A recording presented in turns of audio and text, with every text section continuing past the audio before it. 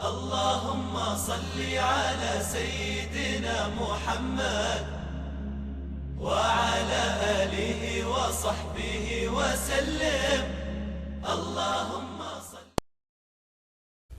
So the next morning, Rasulullah sallallahu alaihi wasallam, he enters Kaabah, and he is indeed the first one in the morning.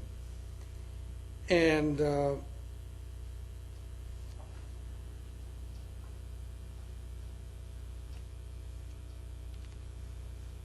okay, so they agreed to follow the old man's counsel. The first man to enter the mosque was Muhammad sallallahu alaihi wasallam, who had just returned to Mecca after an absence. The sight of him produced an immediate and spontaneous recognition that here was the right person for the task. And his arrival was greeted by exclamations and murmurs of satisfaction. "It is Al-Amin," some said. "We accept his judgment," said others. "It is Muhammad sallallahu alaihi wasallam," others said. When they explained the matter to him, he said, "Bring me a cloak," the piece of cloth, chadar.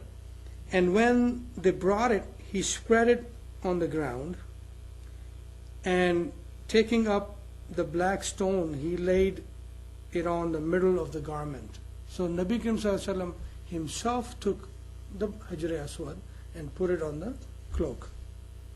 And then he said, "Let each clan take the hold of the border of the cloak," he said. "Then lift it up, all of you together." And when they had raised it to the right height, he took the stone and placed it in the corner with his own blessed hands. And the building was continued and completed above. So this is what happened during the Kaabah, the important event that takes place.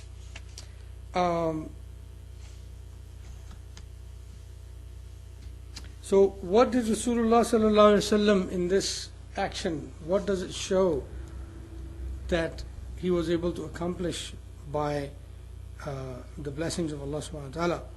That he was able to do this, he was able to resolve this issue, which is going to get into a battle form, through, obviously, with peace, and at the same time he was able to keep the honor of each and every other clan that was present at the time.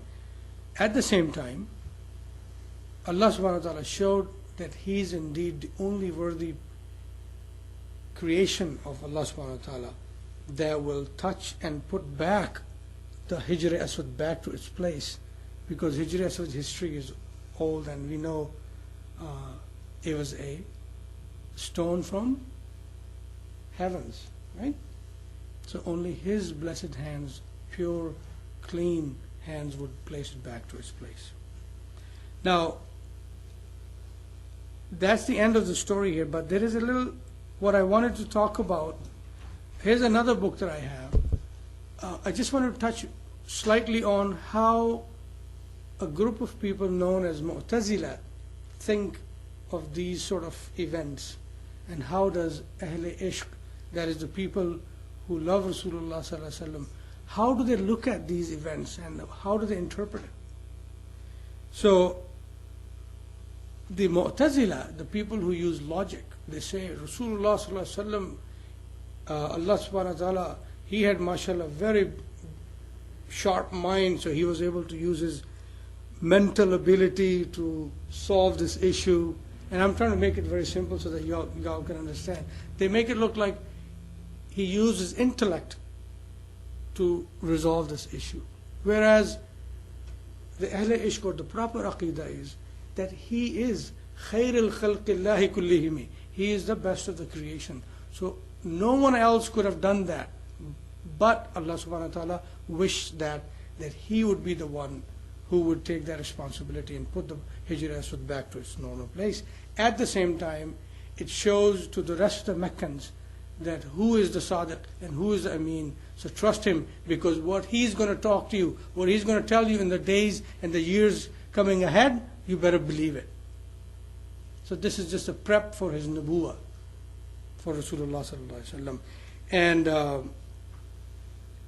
one of the Punjabi poet has said, Laya Baduanu Sine Kamal Hoya. What does that mean?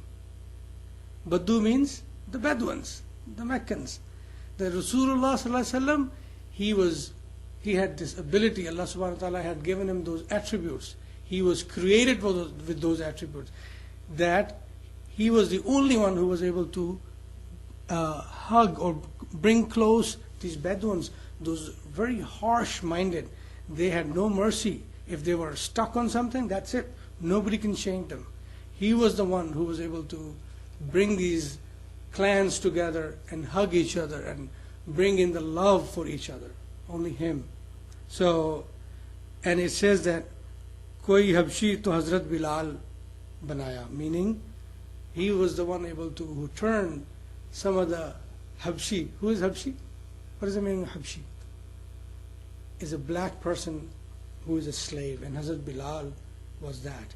So Nabi Karim Sallallahu Alaihi Wasallam has this ability, that power given to him via his character, via his gaze, that he was able to turn people of extreme characters into a very soft and loving personalities of the future.